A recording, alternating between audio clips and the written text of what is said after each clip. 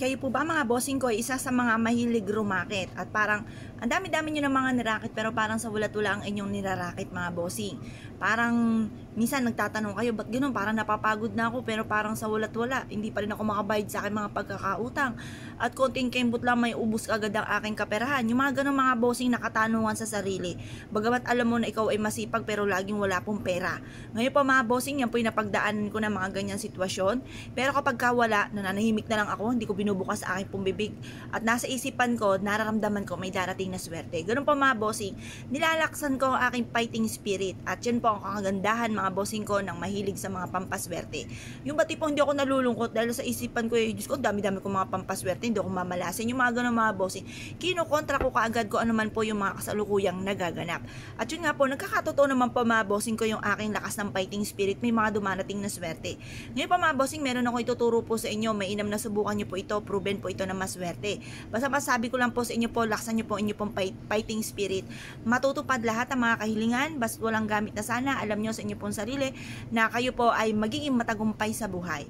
Ngayon pa mga bossing, ganito po inyo pong gagawin. Kumuha po kayo ng 3 sangkap na ito, kagaya po ng asin. Ang asin mga bossing ko, marami na nagpatotoo na sila po sinuwerte po dyan at isa rin po yan sa paborito ko ang asin. Ganon din po mga bossing ko ang bulak. Ang bulak pagagaanin nito ang daloy ng swerte mga bossing. At ang barya naman pa mga bossing ko ay para mabilis gumulong ang magandang kapalaran. At yan po mga bossing ko ay metal, mas magiging fighter ka sa hamon ng buhay at hindi ka basta-basta susuko na sa hamon ng buhay. Ang mga metal or kaya ang ating mga barya ay may mga iba't ibang kulay. Kagaya ng halimbawa, silver. Ang silver nagtataboy ng kamalasan. Ang rose gold, mabilis na solusyon sa mga problema. Tapos ang gold for abundance. At yan nga po mga bossing ko ay bilog para mabilis gumulong, mabilis ang pasok ng swerte. At magtatawag po ito na napakaraming pera.